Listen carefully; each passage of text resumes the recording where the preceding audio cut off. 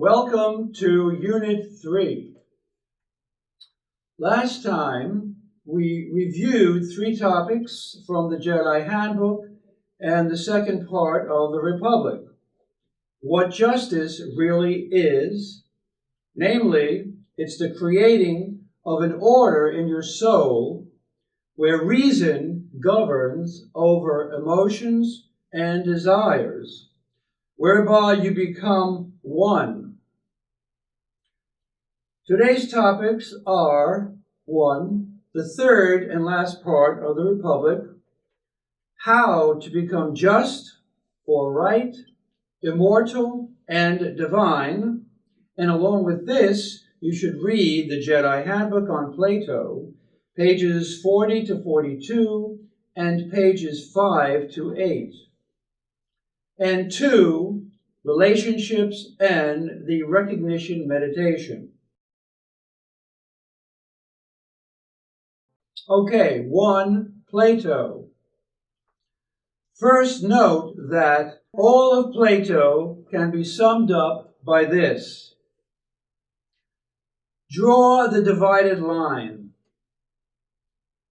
Now, you have to get up over the divided line and see it, the truth, and fuse with it.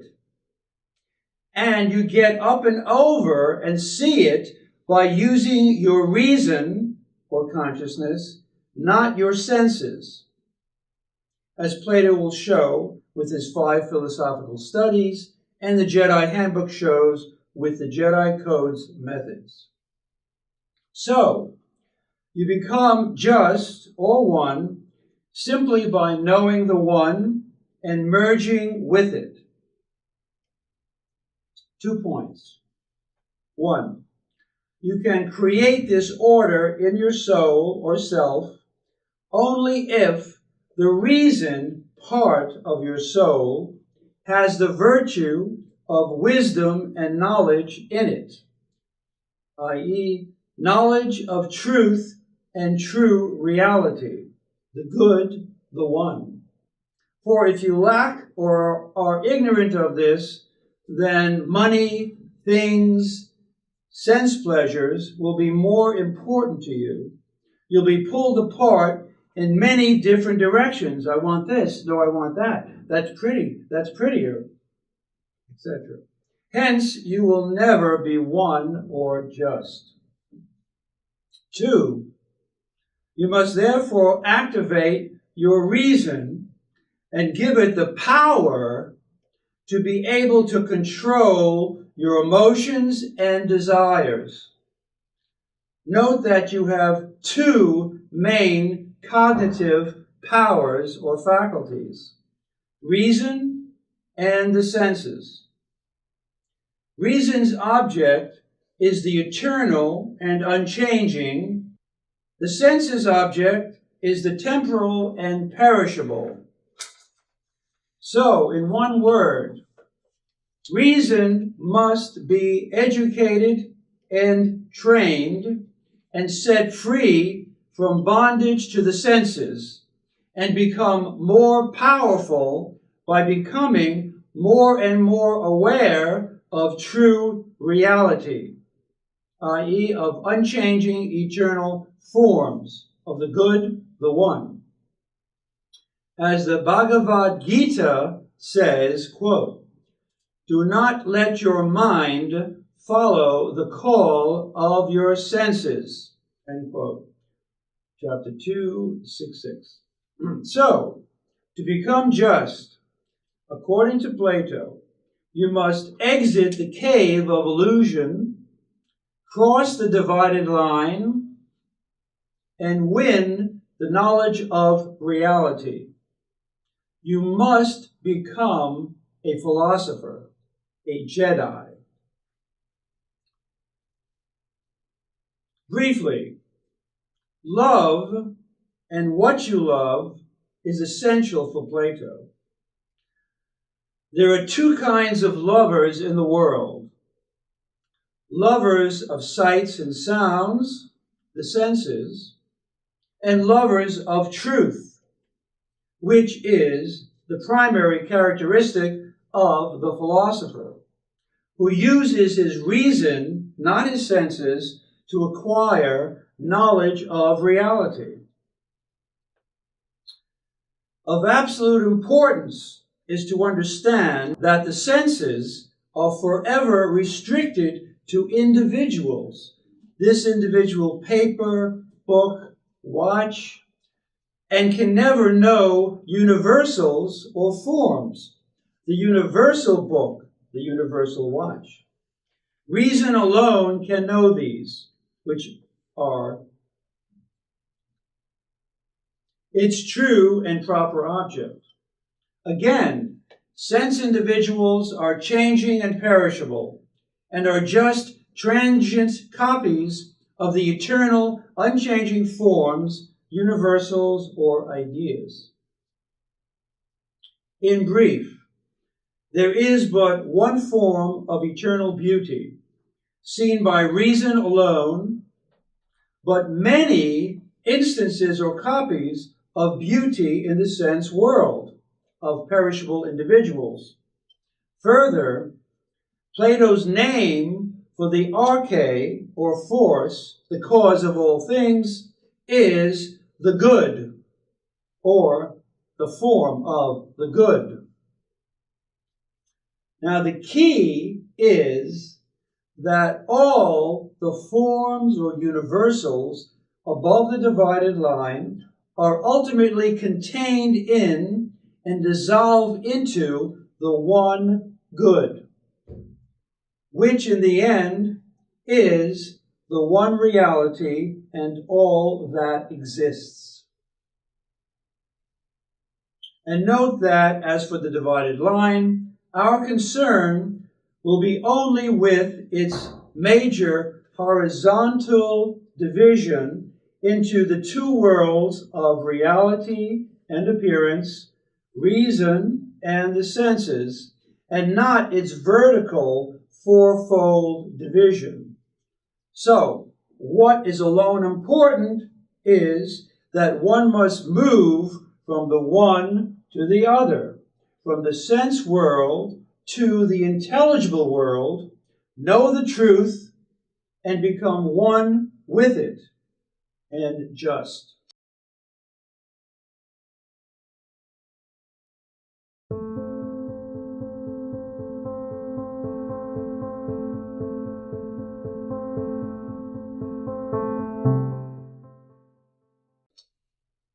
All this is expressed in the following passages of the Republic. First, on page 183, quote, Plato says, "The genuine philosophers are those whose passion it is to see the truth. Your lovers of sights and sounds do delight in beautiful tones and colors and shapes and all the works of art into which these enter, but they have not the power of thought to behold and take delight in the nature of beauty itself." End quote. And on page 217, quote, "Let me remind you of the distinction between the multiplicity of things that we call good or beautiful or whatever it may be, and on the other hand, goodness itself or beauty itself, and so on. Corresponding to each of these sets of many things, we postulate a single form or real essence or universal or concept.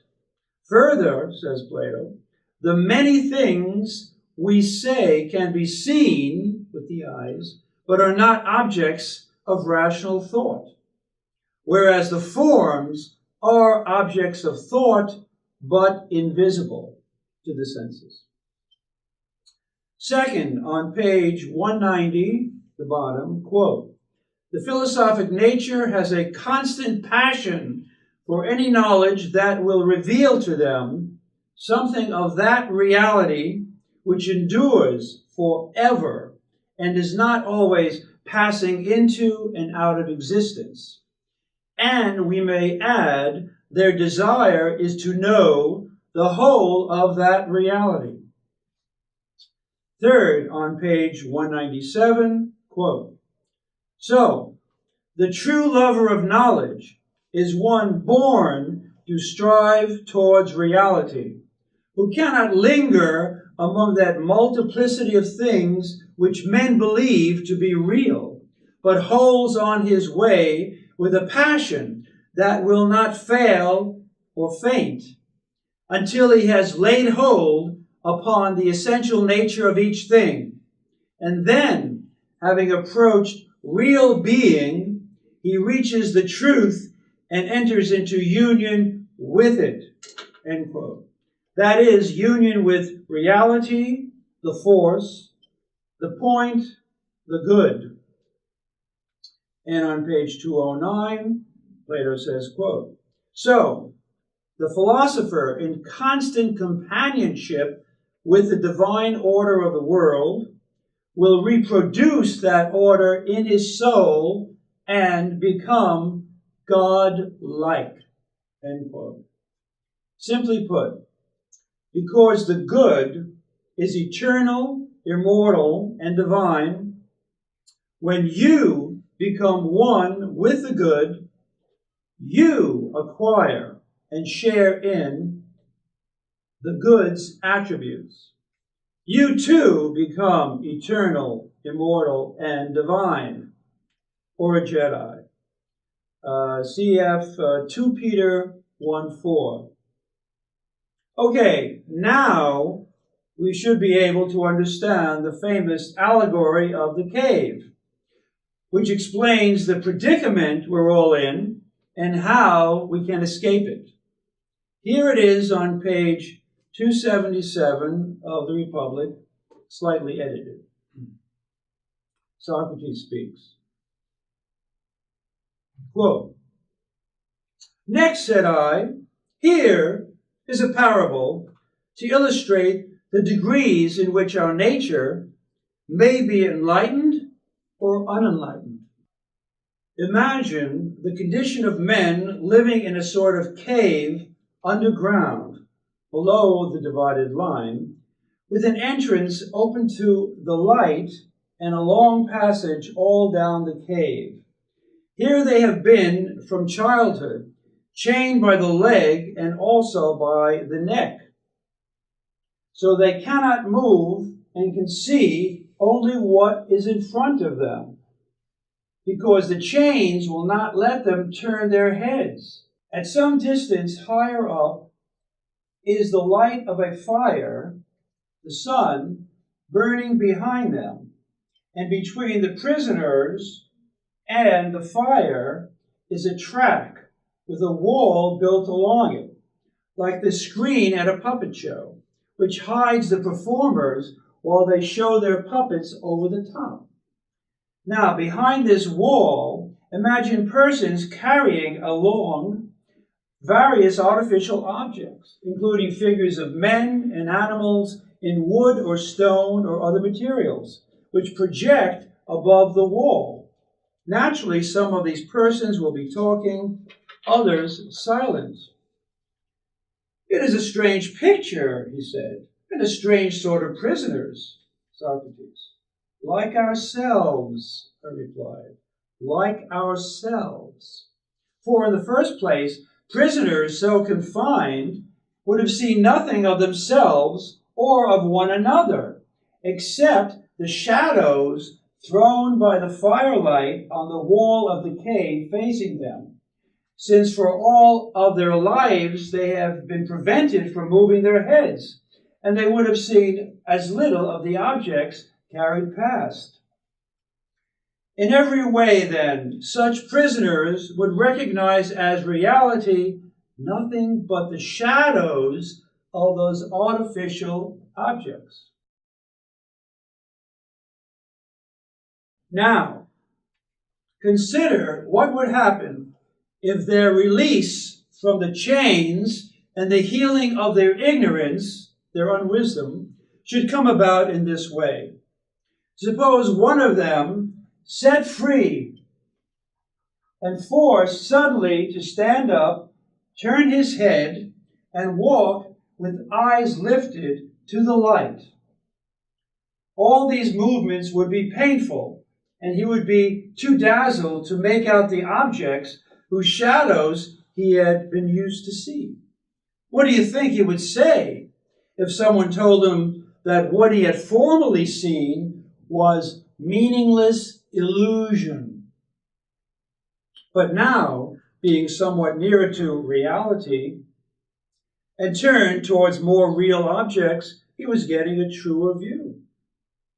Would he not be perplexed and believe the objects now shown him to be not so real as what he formerly saw?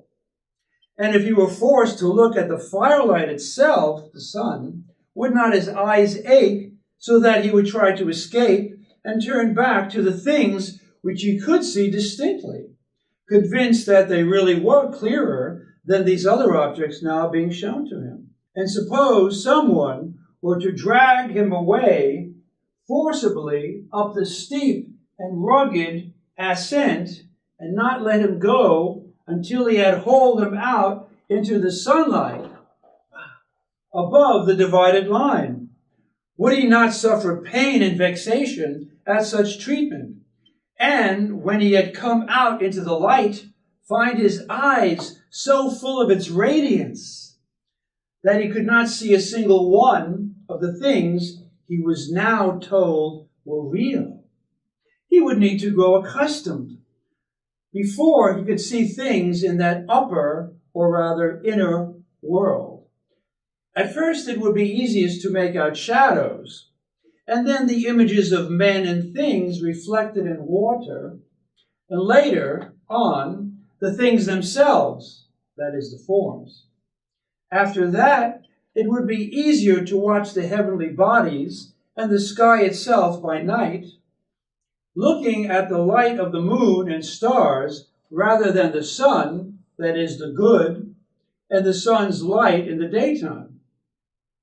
Last of all, he would be able to look at the sun and contemplate its nature, not as it appears when reflected in water or any alien medium, sense objects, but as it is in itself, in its own domain. And now he would begin to draw the conclusion that it is the sun, the good, that produces the seasons and the course of the year and controls everything in the visible world. And moreover, the good is in a way the cause, the arche, of everything he and his companions used to see in the cave, the sense world. End quote. And by this, Plato means that the sun, the good, is the cause of the whole world, the universe. So, if you take away the cause, the good, the world or the cave would disappear instantly. It is nothing in itself, as Judeo-Christian Islamic religion also teaches. In the end, for Plato, only the good exists, the region above the divided line. This is precisely what Plato is saying. Finally, on page 232, Plato tells us what true education is. Namely, he says, quote, "The soul of every man does possess the power of learning the truth and the organ to see it with, reason, and that just as one might have to turn the whole body around in order that the eye should see light instead of darkness, so the entire soul must be turned away from this changing world until its eye, reason, can bear to contemplate reality and that supreme splendor which we have called the good, the one." End quote. Thus, to sum up, according to Plato, you become just, one, and immortal precisely and only by knowing the One and merging with it, by using your reason, not your senses, to get up and over the divided line. Okay, 2, relationships and the recognition meditation. First, relationships. Be sure to read the Jedi Handbook, page 252 and following, and see the relationships and recognition meditation PowerPoint presentation under C, Notes. And also watch Marianne Williamson's YouTube video, Miracles and Intimacy, under D, Videos. And you can also live stream her talks on Tuesdays, 7:30 p.m. Just go to marianne.com. Okay, in brief, the problem of men-women relationships and the problem of sex, see Plato's Divided Line and Berdyaev, is this. If who you think you and your partner are is restricted to the cave, the region below the divided line, then you are nothing but male and female biological beings and subject to dependence or codependence and all the problems this entails. Unhappiness, jealousy, me too, and criminal behavior. And you are forever prevented from actualizing your true self and realizing true happiness. The solution, in a word, is to acknowledge the region above the divided line, the locus of your true androgen self, and enter into a triadic instead of a dyadic relationship, one in which each person accepts the fact that they are complete right now. The whole purpose of their relationship being simply to help each other realize their present completeness, their freedom and independence instead of their dependence, as well as the Jedi Order and the healing of the world. Each person must realize that their primary identity is a Jedi androgen. They are a man or woman only as their secondary identity. Second, the recognition meditation. Now, you are required to do this meditation exercise with a classmate or a friend in person, not online or via the phone, etc., and to post a comment on the experience and the name of your partner by February 11th, 11:59 p.m. In brief, first you should read the recognition meditation in the Jedi Handbook, page 247 and 93, and all the key meditations on pages 245 to 250 by semester's end. The recognition meditation is based on polarity, the unity of opposites, and is very important. For one, not only does it help you to self-actualize, but two, if done in the proper way, most of the so-called, quote, mental disorders, conditions, end quote, that plague the people on our planet, like depression, phobias, etc., can be cured within 4 weeks of this meditation therapy, especially when done in groups. Thank you very much.